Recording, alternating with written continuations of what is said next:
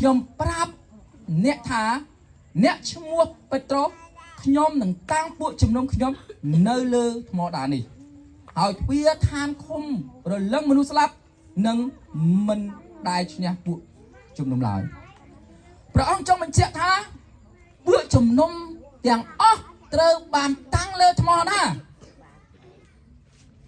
ตอนนี้បងប្អូនពួកជំនុំរបស់ព្រះគ្រីស្ទទាំងអស់ត្រូវបានតាំងលើថ្មដាមិនមែនតាំងលើ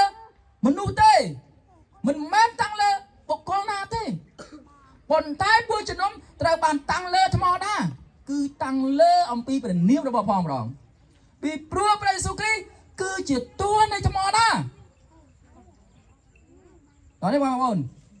បើសិនជាពួកយើងជាពួកជំនុំតាំងលើដីខ្សាច់នៅពេលដែលមានខ្យល់បក់មកដួលអត់នៅពេលដែលមានទឹកមកច្រានមកបាក់អត់